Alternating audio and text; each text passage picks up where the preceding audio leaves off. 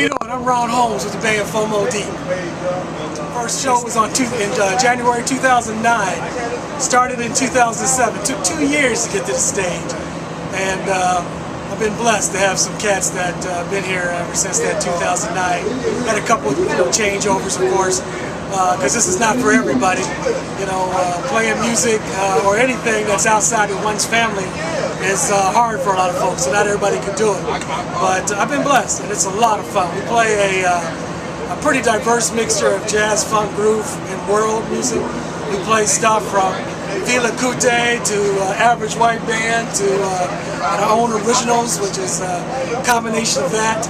I started the jumping board for the music was the 70s.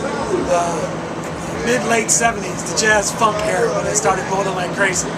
People like Herbie Hancock, the Headhunters, Warriors, and stuff, all that good stuff. And that's where our jumping board for the band started. We're getting ready to start recording our next CD in January of 2014, which kind of fit. We kind of do a CD every 2 years, so that'll be it. It'll get released hopefully in the summer of 2014.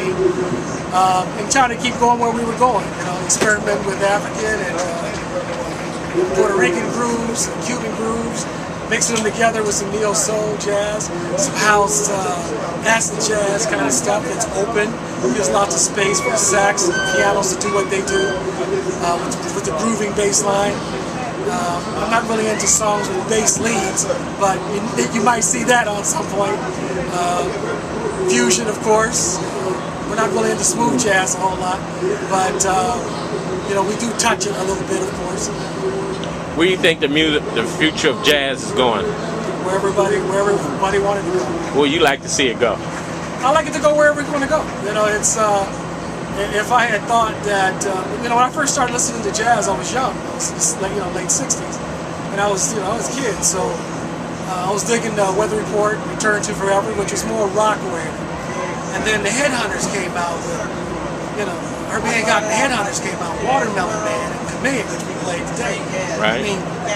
You mean you can have this stuff and it be funky too? I said, man, who knows? There's people doing neo-soul version. They already been mixing hip-hop with it, so who knows where it's going? And wherever it's going to go, that's beautiful.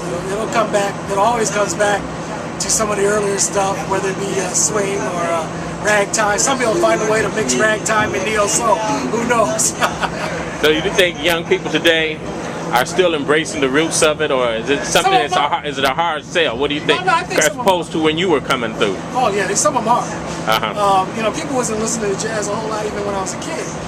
It's not the popular music. It's the pop music is a whole different vibe. It's a stripped down version of a lot of things. Even country and western ain't even country and western the way it used to be. If you listen to the old stuff with Waylon Jennings and Conway Twitty and them, and listen to these cats now, you couldn't tell the difference between that and pop music now, which really is. The old country was nothing but blues with a twang, and that stuff is beautiful. It's real soulful music. So you never know where it's going to go. Okay.